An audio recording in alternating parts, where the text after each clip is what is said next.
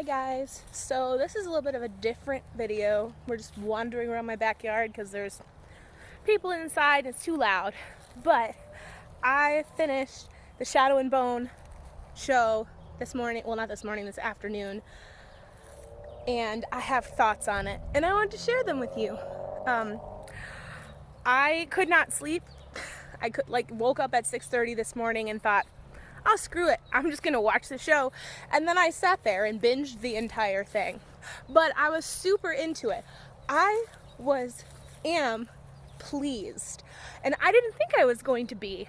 I had hopes for some, entertaining YA stuff.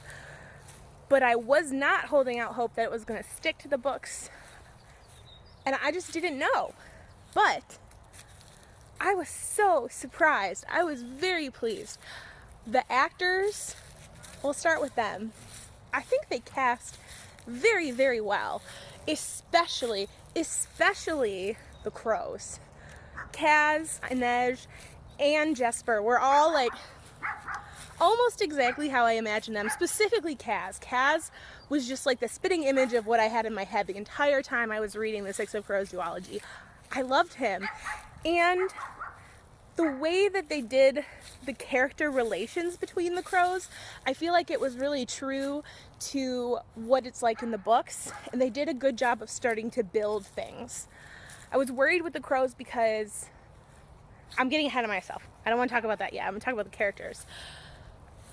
I really liked Alina. I liked what they did with her. I liked that they cast, a person who wasn't just super white, and they had this conversation about, she's part Shu and how that makes other people react to her and the prejudice that she goes through and how that affects her being the sun summoner. I thought that was really cool.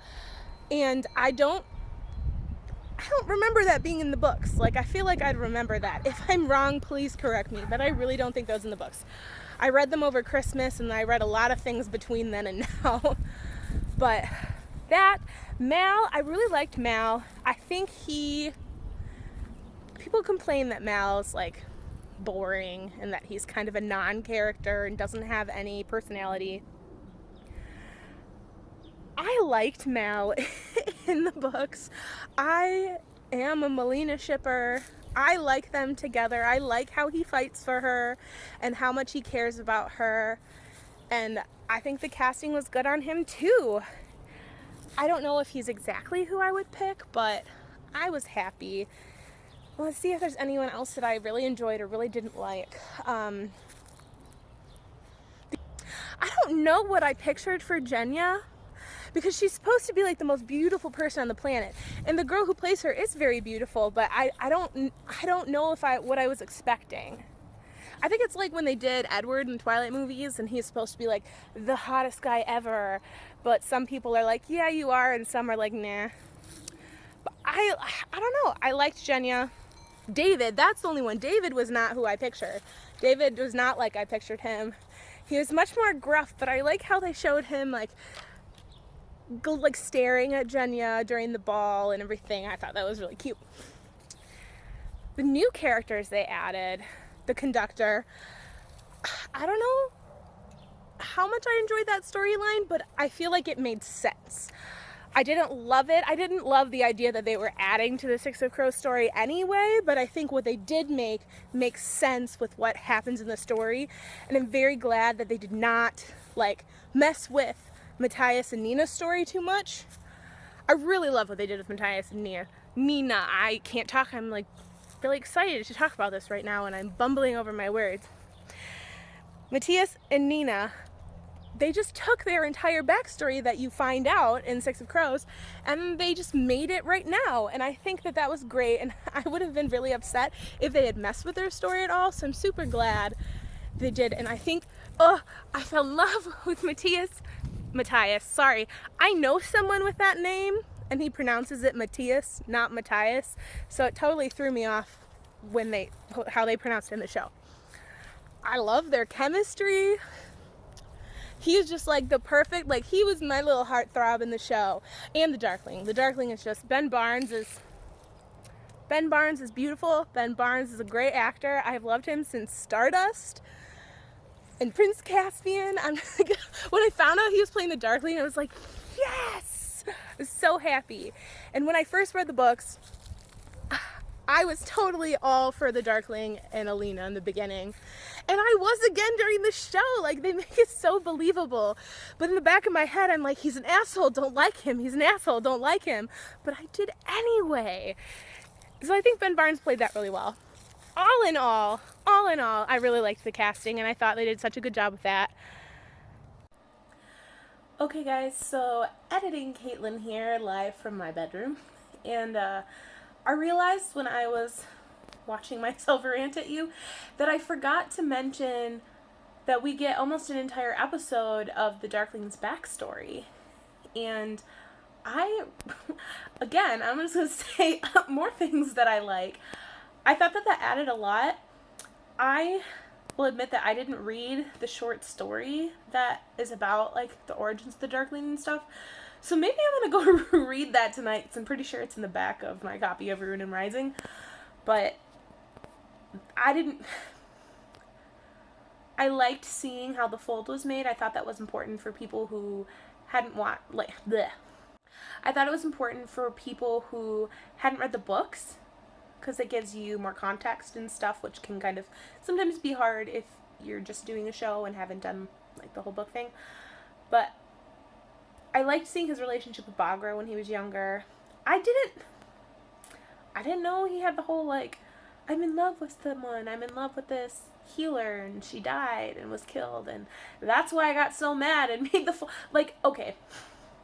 I liked seeing his backstory, but that one part did not seem very believable to me. It seemed kind of tropey, which I know that, the Shadow and Bone trilogy can be a little tropey, but I guess I just thought that the Darkling was a different enough villain that maybe the whole creating part of the land that's completely evil and destroying a whole bunch of people and making this giant evil wall of awfulness wouldn't be partially because his girlfriend got killed. But I guess I was wrong. I don't know. Maybe I would have been happier if, they'd given him a backstory and then not had the girlfriend part, because I don't know, I feel like maybe it detracts a little bit from what I thought the Darkling's motive was. I feel like it would have been, I don't know, if his motive was purely just to help the Grisha and he thought he was doing the right thing and it wasn't motivated by this, like, loss of my love thing, then I just feel like it would have been better. But anyway, I forgot to mention that point, and so I felt like I needed to come and add something about it. Let's see, things that I did not like in the show. Like I said, I wasn't a huge fan of the conductor guy. I mean, some of the characters from Six of Crows I missed, but I mean, it makes sense that they're not in there because the story was changed. The one big thing, okay. Big spoiler, people who don't want to know what's left out of the show, don't watch this part. I cannot believe that they cut the Mal and Alina kiss in the meadow in the snow. I cannot believe that they did not have that in the show. I was waiting for it the whole time. I was like, okay, it's gonna happen. And then he pulls up I was so mad. I was like, you're not gonna let them have this moment? And so there was no moment in the whole first season, and now we have to wait for season 2, and I don't even know when they're gonna throw it in, because I feel like Bardugo did it so well in the books. Like, that was the perfect moment for them to have that, like, intimate moment right before everything hits the fan with the Darkling. And it's like, now what's gonna happen? Where is it gonna happen? Is it gonna happen when they're in Novi Zem and in some crappy little, like, hotel thing that they're gonna stay at while they're trying to survive before the Darkling comes back and gets them? I don't even know. But I was really mad, and I'm a romance fan. I try to deny it, and I can't. So I was really disappointed about that. And I knew Matthias and Nina weren't gonna kiss. Like, that doesn't happen until, like, way later. So I was glad that they didn't like exchange a kiss for a kiss and make it so that Matthias and Nina did, because I would have been kind of grumpy about that. But the other big change, Zoya. I loved Zoya. I kind of wish she was a little bit more snippy with Alina. I feel like in the book she's like so much more upfront and obvious with her hatred of her. But she saves them, she pushes them out of the fold on that skiff, and then she's kind of just hanging out there at the end. I really don't remember that from the books. I'm pretty sure that's not in there, and I'm pretty sure that's a change. And I kind of like that. I'm interested to see where her character goes from here, because obviously, like, the Darkling's got to know that she got them out of there, or I'm sure he'll at least figure it out. So how's she gonna go back and be with the Darkling and be in that army again when she did that? So I don't know. I liked that. I liked how she became a little bit of a turncoat, and at least she was like, I don't really like you anyway. Like, I still kind of hate you, but I'm glad you're okay. Let's see, any other thoughts? I really didn't have a plan when I started this video. I just kind of wanted to vent about it, because I don't really know anyone else who's finished the show, because I'm insane and had a day off. Let's see. Chemistry. Mal and Alina had great chemistry. They did a really good job with the whole, like, longing and the flashbacks to childhood and the hand-holding, and, like, the part where she thinks that he doesn't love her and has those... They go back to the flashbacks but show what happens after what she remembers, and, like, he's pulling away and stuff. I thought that was clever. And it made me sad. I was like, please fix it. You're supposed to be together. You're perfect. Like, come on. I am a sucker for longing in stories. The glances across the room and the oof. But at some point, you want to just take them and just smack their heads together and say, will you just kiss already and be done with it? But I digress. Obviously, the Darkling and Alina had a lot of chemistry. That makeout scene was hot. I kind of wish I hadn't read the books before I saw that, though, because I was like, shit's gonna hit the fan. Like, he doesn't really mean it. But then it kind of, I don't know. Because you think that he's totally making it up, and then by the end of the trilogy, you're like, but did he really care about her in some way, because he finally found someone who made him feel like he wasn't alone anymore? And so, did he have feelings for her that he pushed down or justified because he needed to use her for something? Like, I feel like that might be a little bit of the case, because he's a sad boy. He's a sad, depressed, lonely boy, and he just wants to be loved. And his mom says, well, you use that for a thing like a Bagra. She says he uses that to get people under his spell, and that's totally true. And speaking of Bagra, Madam Hooch definitely didn't know that was coming. And I don't know if any of you have seen Wizard People Dear Reader, which was the thing that came out when I was in college. Like, someone dubbed over the entire Harry Potter and Sorcerer's Stone movie. And I have this vivid memory of Madam Hooch in the scene where they first learn how to ride a broom, and they call her Catface Meowmers, and that was in my head the entire time. Like, the entire first scene with Bagra, I was like, oh my god, it's Madam Hooch. What? And it kind of threw me out of it, but I really liked her. I haven't seen her in anything other than that, like, ever. And I think she's a pretty good actress, and I'm excited to see what happens with her later on, because of the stuff that happens in, like, Siege and Storm, and then when Ruin and Rising. I hope that they do a season at a time. It probably will be a little bit longer, because, they gotta add that Six of Crows stuff in there, but I feel like they wrapped the first season, the first book, up with a little bow and made it kind of perfect. And I don't think I'd want the show to go on for too long, because if they extend the seasons too far past what's been written and try to create too many things, like, I don't know if it would go very well. And I haven't read King of Scars. I own it, but after listening to Klaus from Contradictorian go off about Rule of Wolves, I don't really know if I want to read King of Scars and Rule of Wolves, because as much as I love Nikolai and Zoya, and I can't wait to see Nikolai in the second season, like, oh man, I can't wait to see him. I just don't know if I want to read those books. I've heard so many, I'll say it, like negative things about them. I just don't know how much effort I want to put into reading those, because I almost don't want to mess up the story for me. I like leaving Mal and Alina happy and together and not having any other crap. I like not having people come back from the dead. Like, I've heard some bad things, and I don't think I want her to add that into the TV show.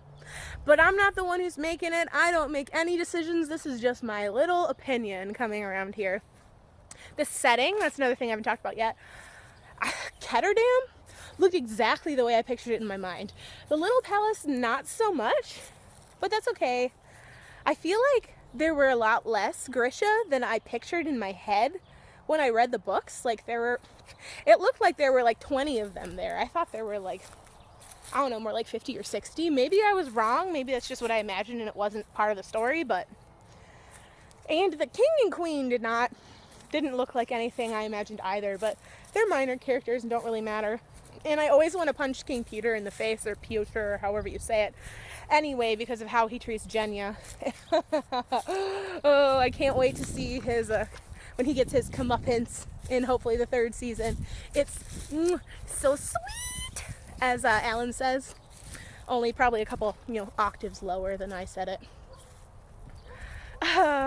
What else?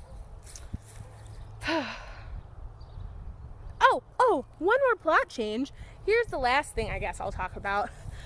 Speaking of how they changed the story and the things that they added, the whole part with like West Ravka trying to secede, I definitely don't remember that, and I don't know how much I enjoyed that part of the plot. I feel like if they were gonna go for it, then they should have like made it a bigger part. It was just kind of mentioned, kind of thrown out there, and then when the Darkling pushes out the fold and it destroys the city, it's like in Novokrobursk, I think it is. I never remember which one is which. But when it destroys the city and destroys all of those people, the general and all of those, soldiers that were going to fight against East Ravka, like, I feel like it destroyed that. Like, is it going to continue in the next season? Are we still going to have people, who want to secede because of that even more? If so, then I might change my mind about it. But right now it just seems like it was kind of a oddly thrown in political plot device just to get the conductor in trouble and to justify like Kaz not caring that he dies. So I think that's probably like the only thing that I personally think was poorly done when it came to like additional story stuff. So I really did like the Crows. I liked their new stuff. I can't wait to see how they build up, Inej and or Inej and Kaz's romance. And I want to know if we're like how they're going to work the Six of Crows story in, because technically the stuff that occurs doesn't happen till way later. I mean, Matthias is supposed to be in the prison for at least a year before they can break him out, because Kaz refuses to break him out. And then he needs Nina, and then, he does it because he needs her to do stuff for him. But I can't wait. I can't wait for that scene. For that scene from Crooked Kingdom with the bandages. Oh, I cannot wait for that one, because I think Inej and Kaz just have really great chemistry. The actors have great chemistry, and I'm so excited. So that's it for this like really short, I don't know how short it was, video of me just going off about my opinions on the Shadow and Bone series. I am probably going to watch it again before the next season came out, and probably not binge at that time, but I had a good time today, and all in all, I'd probably give it, as far as movie adaptations or TV adaptations of shows, it did a hell of a better job than Game of Thrones in sticking to the plot, so I guess I'll give it an A. Not an A+, maybe an A-. Maybe an A-, because there were a couple things I didn't like. That'll be my rating system. But I'll see you guys later. I'll have a review of a book up probably by the end of the week. So have a good one. Bye!